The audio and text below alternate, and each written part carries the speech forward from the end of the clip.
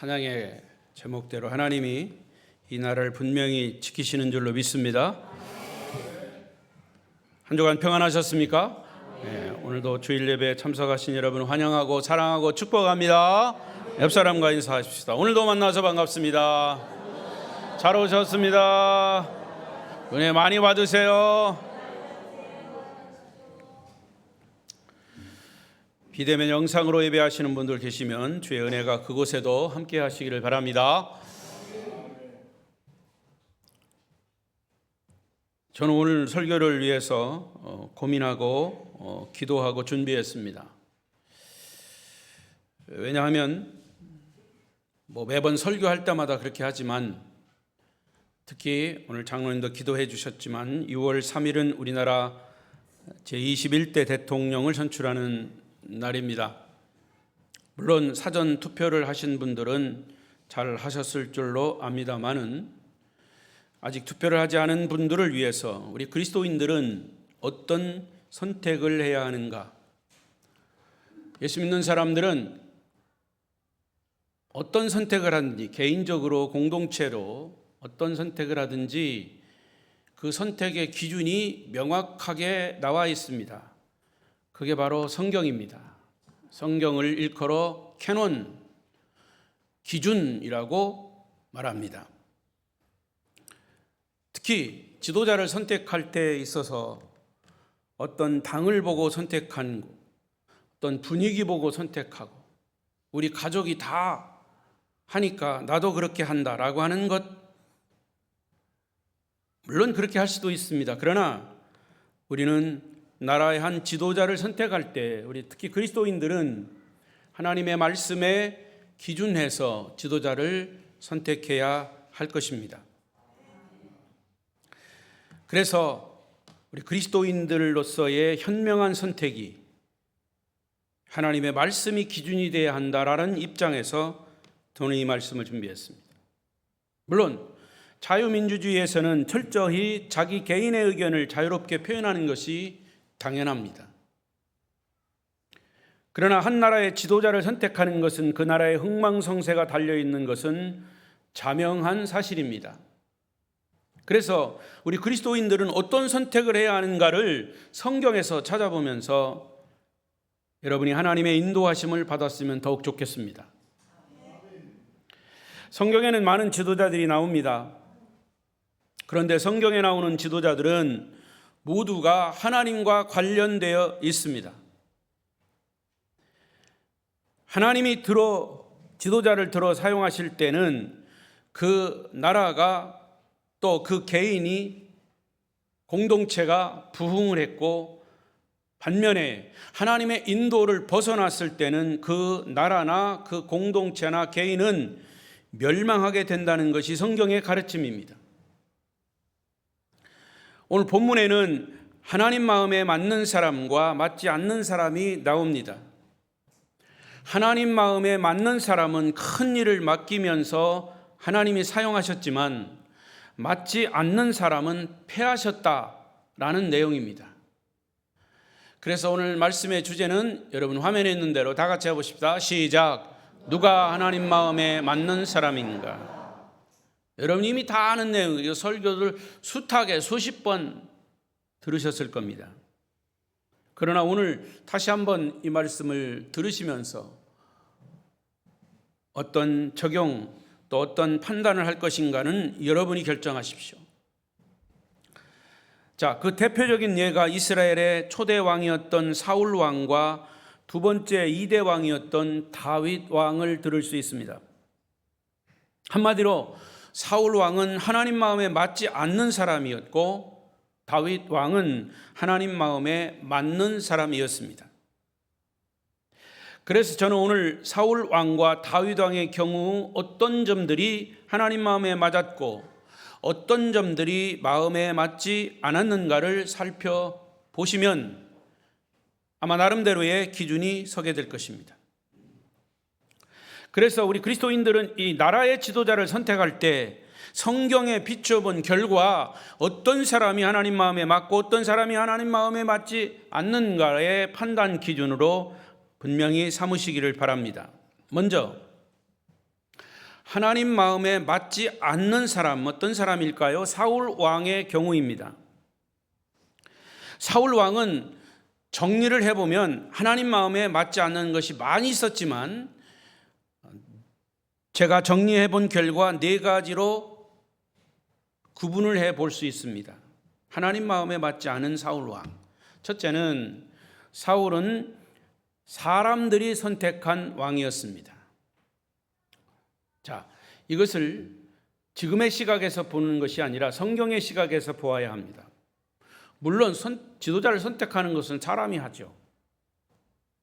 그러나 특히 이 사울 왕의 선택, 하나님이 선택한 왕이 아니고 사람들이 선택한 왕이었다. 자, 구약 성경에 보면 이스라엘 백성들의 지도자 모세에서부터 사무엘 선지자까지 시대별로 분류할 때 이 시대를 신정시대라 얘기합니다.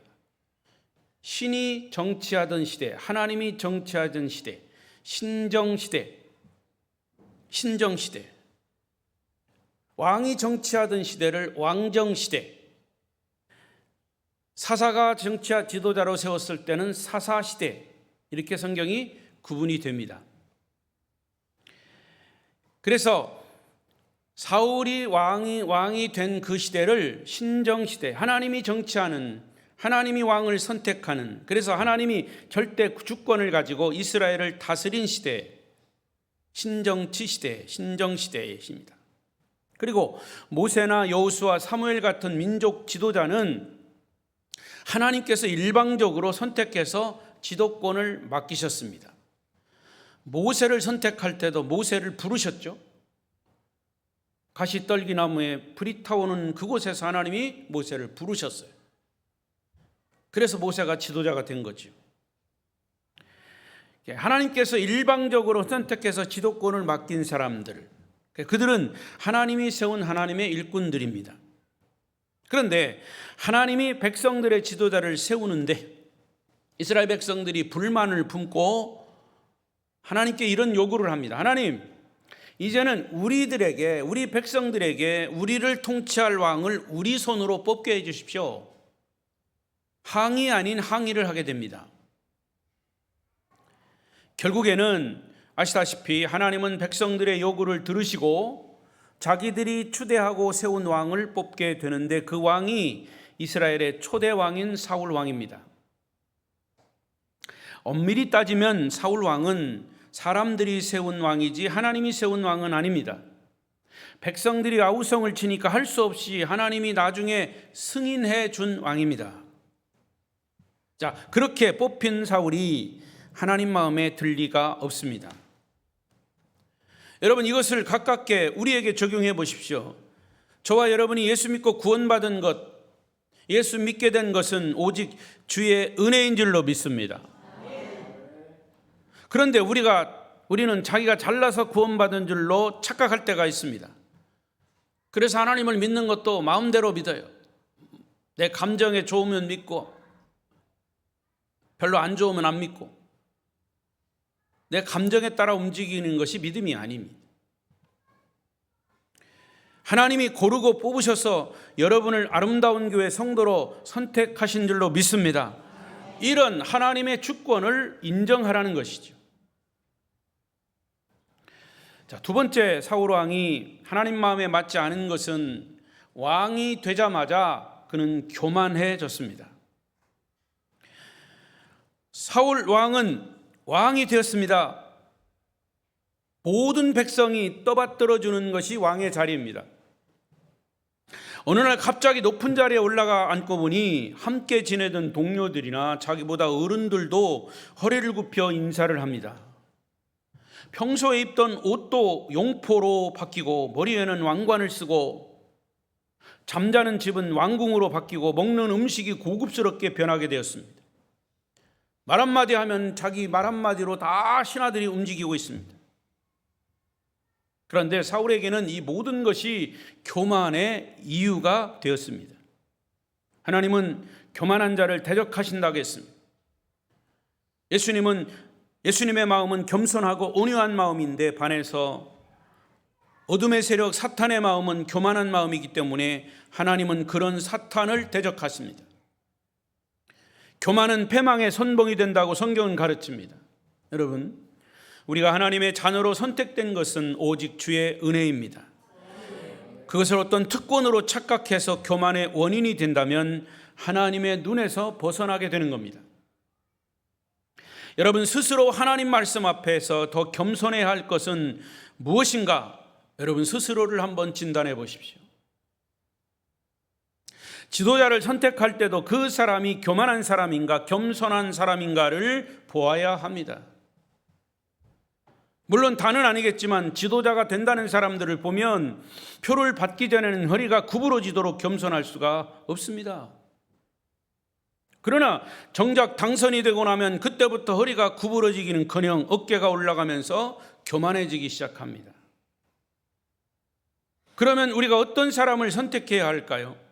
그 사람의 속을 다 알 수 없지만 현명한 국민들은 누가 겸손하고 누가 교만한 사람인가를 판단할 수 있습니다.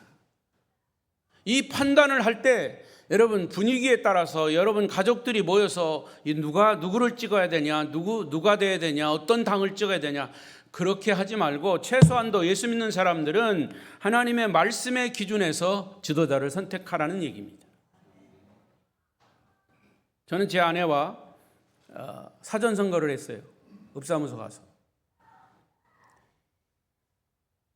투표를 하고 나오는데 제 아내가 그래요. 여보, 어떤 사람이 투표하기 전에 누구를 찍어야 되나요? 큰 소리로 그 직원들한테 물어보더래요. 그 사람의 마음이 어떤 마음인지는 몰라도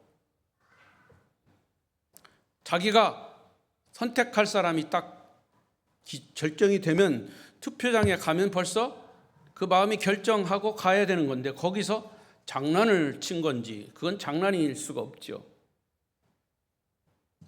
여러분, 그렇습니다. 우리가 어떤 지도자를 선택할 때에 특히 우리 성도들은 하나님 앞에 기도하면서 그 기준이 서 있어야 합니다. 여러분들은 하나님이 주신 지혜를 총동원해서 겸손한 자를 지도자로 선택하시기를 바랍니다. 세 번째로, 사울은 거짓말을 잘했습니다. 사울 왕은 정직한 왕이 아니었습니다. 임기응변에 능했습니다. 거짓말을 잘했습니다. 그러나 진실하신 하나님은 거짓을 싫어하십니다. 여러분, 거짓말하는 사람 어떻게 되는지 보십시다. 계시록 21장 8절입니다. 시작. 그러나 두려워하는 자들과 믿지 아니하는 자, 흉악한 자들과 살인자들과 음행하는 자들과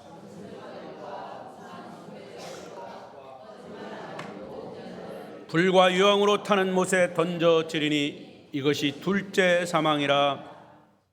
거짓말하는 자들은 지옥 유황불에 던져진다는 얘기입니다. 제가 언젠가도 말씀드렸지만 한 가지 거짓말을 하면 그 거짓말을 지키기 위해서 20가지 거짓말을 보태야 한답니다. 하나의 거짓말이 20개의 거짓말 새끼를 친다는 거죠. 사람이 거짓말을 하는 이유는 자기의 허물을 감추기 위해서입니다. 그리고 자기에게 유리한 입장을 만들기 위해서 거짓말을 계속 만들어내는 것이죠. 그러나 여러분, 거짓말은 사람에게는 통할지 몰라도 하나님께는 통하지 않습니다. 거짓말하지 마십시다. 하나님은 정직한 일꾼을 사용하십니다. 동의하지 않아요? 하나님은 정직한 일꾼을 사용하십니다. 할렐루야. 네 번째, 사울이 하나님 마음에 맞지 않은 것은 그는 욕심이 많았습니다. 특히 재물에 대한 욕심이 아주 많았습니다. 전쟁을 했습니다. 전쟁에 승리했습니다. 승리에서 얻은 전리품 중에 제일 좋은 것들을 빼돌려서 부정축제를 했습니다. 그리고 정권 욕심도 강해서 자신의 왕권을 더 연장시키려고 애를 썼습니다. 사울 왕의 교만은 왕의 권위와 힘이 하나님께로부터 오는 것임을 그는 잊어버렸습니다. 인간의 술수와 방법으로도 왕권이 연장될 수 있다고 착각했던 거죠. 그러나 결국 그는 비참한 최후를 맞았습니다. 사울은 인기 없는 자신의 왕권을 유지하기 위한 욕심 때문에, 다윗에 대한 시기심 때문에 정사를 팽개치고 아들 같은 다윗을 죽이기 위해서 군사를 동원해서 앞장서는 그런 어리석음을 저질렀습니다. 그래서 욕심이라고 하는 것은 자기의 분수에 넘는 것을 요구하거나 그것을 차지하려고 하는 것을 말합니다. 야고보 기자는 여러분 아시는 대로 야고보 1장 15절 시작. 욕심이 잉태한 즉 죄를 낳고 죄가 장성한 즉 사망을 낳느니라. 사울은 그의 지나친 욕심 때문에 결국 하나님께 버림을 받았습니다. 전쟁터에 나가서 나뭇가에 목이 걸려서 자기 신하에게 목이 잘려 죽는 비참한 최후를 맞았습니다. 처음 시작부터 하나님 마음에 맞지 않았던 사울은 그의 통치 기간 내내 하나님 마음에 맞지 않는 일만 골라서 하다가 마침내 그의 왕조가 막을 내리게 된 것이죠. 하나님 마음에 맞지 않는 자의 모습이 바로 사울 왕입니다. 사울 왕이 하나님의 마음을 불편하게 한 점은 많지만 그가 마지막 또 하나 가장 결정적인 것은 가룟 유다와 같이 그가 회개를 했더라면 용서를 받을 수가 있었는데 그는 회개도 하지 않았습니다. 여러분, 천국은 누가 갑니까? 목사나 장로나 어떤 교회 직분을 가졌다고 가는 것이 아닙니다. 회개하는 자가 가는 것이죠. 따라하십시다. 천국은 회개하는 자가 간다. 욕심 때문에 천국에 이르지 못한다면 얼마나 억울한 일입니까? 설사 우리가 부족한 점이 있어도 하나님 앞에 늘 엎드려 회개할 때 하나님은 그것을 보시는 겁니다. 여러분, 자녀들이 잘 자라는데 어느 날 부모님을 속였습니다. 부모님 속이고 거짓말한 걸 부모가 알고 있습니다. 그런데 아닌 것처럼 할 때 부모의 마음은 아프고 그 자식이 괘씸한 겁니다. 그런데 자기가 잘못한 것 알고 무릎 꿇고 부모 앞에 와서 눈물을 흘리면서 잘못했다고 회개할 때 그 자녀가 얼마나 사랑스러운지 몰라요. 여러분은 지도자를 선택하는데 이 부분을 어떻게 적용하시겠습니까? 자, 크게 두 번째, 이제 하나님 마음에 맞는 사람, 어떤 사람일까요? 다윗의 경우죠. 다윗은 하나님 마음에 맞는다는 점이 많았지만은 두 가지로만 요약할 수 있습니다. 자, 오늘 제가 우리 함께 읽은 사도행전 본문 13장 21절 22절 읽어보십시다. 시작. 그 후에 그들이 왕을 구하거늘 하나님이 베냐민 지파 사람 기스의 아들 사울을 40년간 두셨다가 패하시고 다윗을 왕으로 세우시고 증언하여 이르시되 내가 이새의 아들 다윗을 만나니 내 마음에 맞는 사람이라 내 뜻을 다 이루리라 하시더니, 여기 마지막 부분에 내 마음에 맞는 사람이라는 말은 하나님의 마음에 드는 사람이라는 뜻이죠. 하나님 마음과 다윗의 마음이 한 마음이 돼서 부작용이 생기지 않았다는 뜻이에요. 여러분, 하나님 마음에 맞는 사람이라면 얼마나 복받은 사람일까요? 하나님과 내가 한 마음이 된 사람, 어떤 상황에서도 마음이 불편하지 않고 평안합니다. 평안은 하나님이 주시는 엄청난 축복입니다.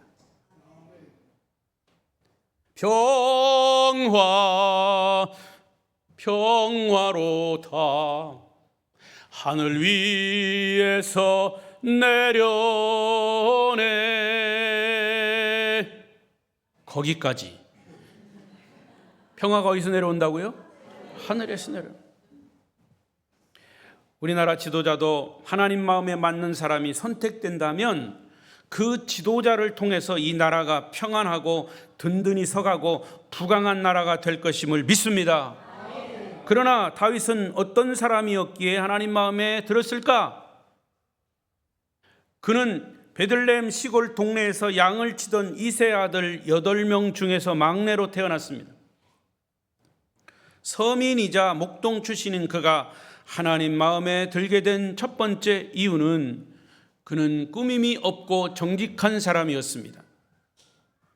거짓 없이 솔직 담백한 사람이었다 그 말입니다. 사울은 거짓말을 잘했지만 다윗은 정직한 사람입니다. 하나님은 솔직 담백하고 정직한 사람을 사용하십니다.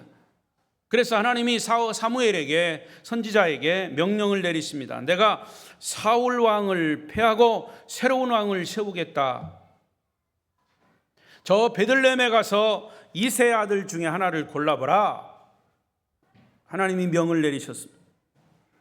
여러분, 그때는 아직 사울 왕이 왕권을 잡고 천하를 호령하던 시대입니다.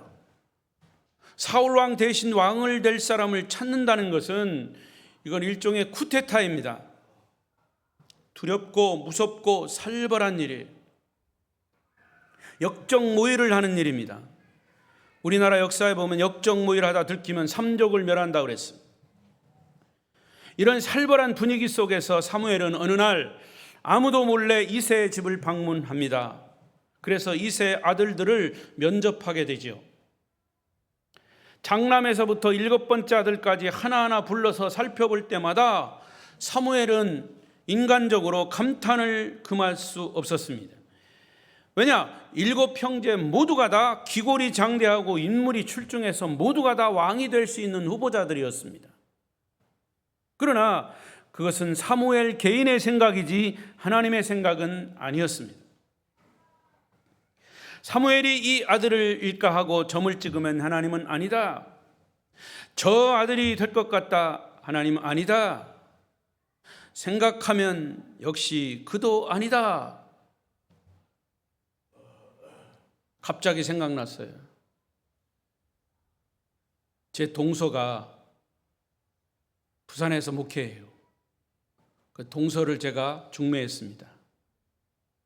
우리 처의 막내 동생, 그 동서 목사도 아버지가 목사예요. 총회장까지 하신 목사님인데 선을 볼 때 50명을 봤답니다. 50명.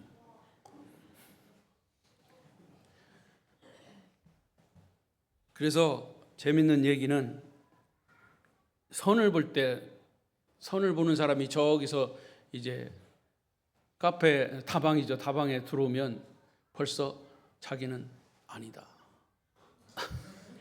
또 다음 사람 만나면 저 사람도 아니다. 50여 명을 봤다는 거예요.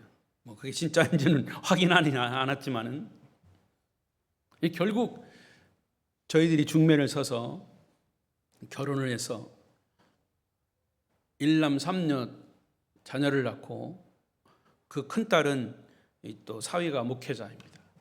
아무튼 이제 목회에 마무리할 때쯤 되었습니다만은, 그러니까 아무리 해도 결국에는 그렇게 짝이 맺어져서 결혼을 해서 목회를 잘하고 있다라고 하는 것을 우리가 생각해 볼 때, 지난번에도 그 우리 처제가 언니 형부가 잘 이렇게 중매를 서서 우리가 결혼을 해서 목회를 지금까지 잘 하고 있습니다. 자녀들도 잘 성장하고 있습니다. 감사합니다. 근데 양복은 안 해줬어요. 여러분, 7형제 중에서 찾지 못한 사무엘은 마지막 묻습니다. 또 다른 아들은 없느냐고. 그때 이새는 막내가 있긴 한데 지금 들에서 양을 치고 있습니다. 그러면 그를 어서 데려와라. 재촉해서 데려온 아들이 소년 다윗이었습니다. 다윗은 귀한 손님이 왔다고 옷 갈아입을 새도 없이 자기 모습 그대로 꾸밈 없이 사무엘 선지자 앞에 서게 되었습니다. 그러나 그를 보는 순간 이 사람이 내 마음에 든다라고 하는 하나님의 계시가 사무엘 선지자에게 임하게 되지요. 할렐루야. 여러분, 하나님은 자신을 거짓으로 꾸미는 사람과 의로운 척하는 사람 좋아하지 않으십니다. 또 여러분이 잘 아는 얘기입니다마는 다윗이 왕이 돼서 나라를 다스리고 있을 때 충성된 부하 우리아 장군의 아내 밧세바를 범한 일이 있었습니다. 엄청난 사건이죠. 최전방에 나가서 나라를 위해 싸우고 있는 우리아 장군의 아내를 다윗이 취해버렸습니다. 그리고 다윗은 그 후환이 두려워서 그 우리아를 더 깊은 전쟁터에 나가서 죽게 했습니다. 간음죄와 살인죄입니다. 어떻게 보면 사울왕과 비교해 볼 때는 오히려 사울왕보다도 더 잘못을 저지른 겁니다.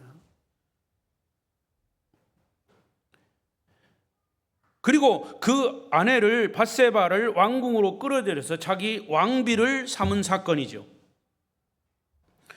그러나 누구도 왕의 그러한 처사를 탓할 수가 없습니다. 비밀리에 취해진 행동이기 때문에 누구도 그의 흑막을 정확히 알 수 없었습니다. 하지만 그의 내막을 다 알고 있는 사람이 있는데 바로 하나님의 계시로 말씀을 선포하는 나단 선지자였습니다.